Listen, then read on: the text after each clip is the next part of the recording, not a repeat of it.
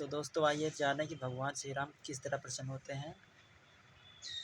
ये वो चौपाई है जो भगवान श्री राम ने माता सबरी को सुनाई थी वन में, और माता सबरी इसको सुनने के बाद अपने गुरु के पास चली गई थी। तो यह शुरू करते हैं। नवधा भगत कहो तो ही पाही, सावधान सुन धरु मन माही। प्रथम भगत संतन कर संगा, दूसरे रत मम कथा प्रसंगा।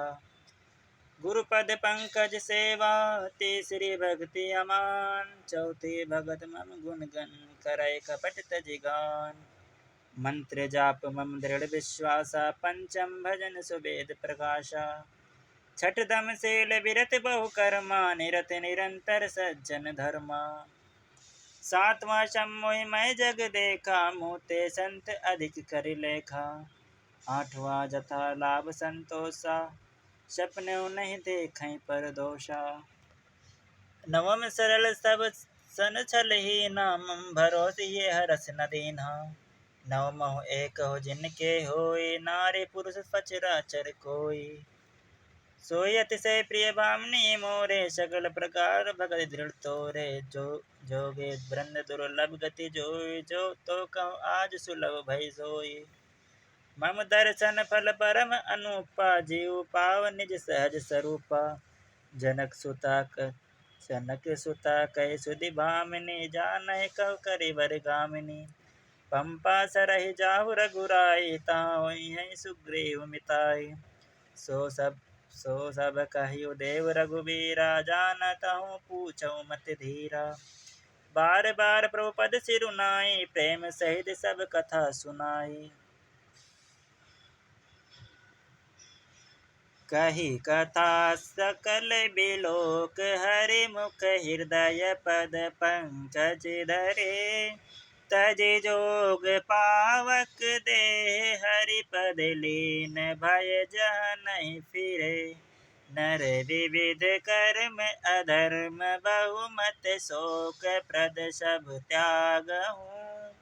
विश्वास कर कह दास, तुलसी राम पद अनुराग हूँ। राम पद अनुराग हूँ, हाँ राम पद अनुराग हूँ। तो आप जानते हैं दोस्तों इसका मतलब क्या होता है। तो पीछे चलते हैं।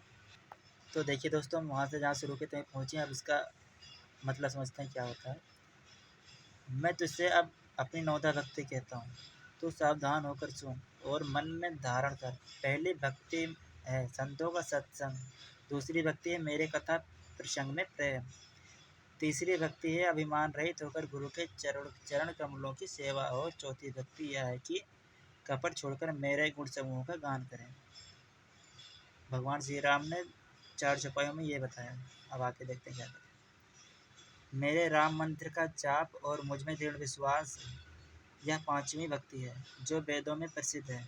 छठी भक्ति है इंद्रियों का निग्रहशील, यानी अच्छा स्वभाव या अच्छा चरित्र कह सकते हैं आप लोग। बहुत कार्यों से वैराग्य और निरंतर संत पुरुषों के धर्म आचरण में लगे रहना। अब आगे चल के देखते हैं क्या होता है। एक बार देख लीजिए आप, शायद मुझे कोई गलती हो गई तो आप पढ़ सकते हैं।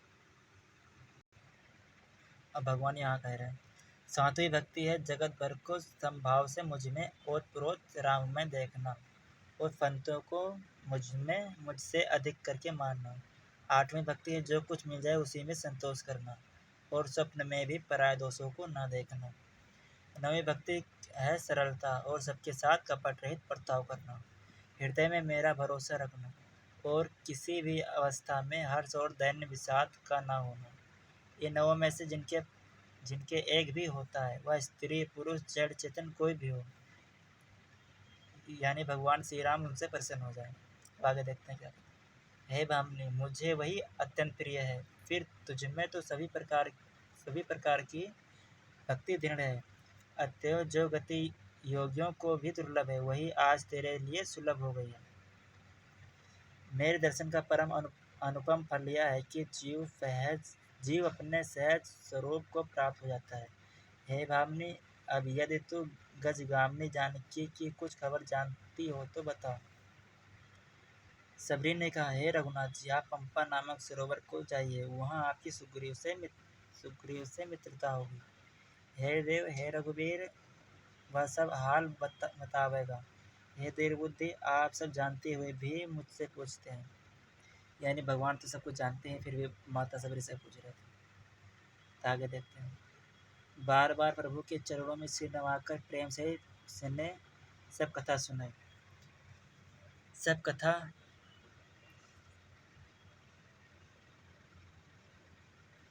सब कथा कहकर भगवान के मुख के दर्शन कर हृदय में उनके चरण कमलों को धारण कर लिया और योगाग्नि से देह को त्याग कर जलाकर वह उस दुर्लभ हरिपद में लीन हो गई, जहाँ से लौटना नहीं होता। तुलसीदास जी कहते हैं कि अनेकों प्रकार के कर्म, अधर्म और बहुत से मत, ये सब शोकप्रद हैं। हे मनुष्यों, इनका त्याग कर दो और विश्वास करके श्री राम जी के चरणों में प्रेम करो। जय श्री राम। अगर आपको वीडियो पसंद आई हो तो लाइक कमेंट जरूर करें और आगे बताएं कि आपको क्या जानना चाहिए।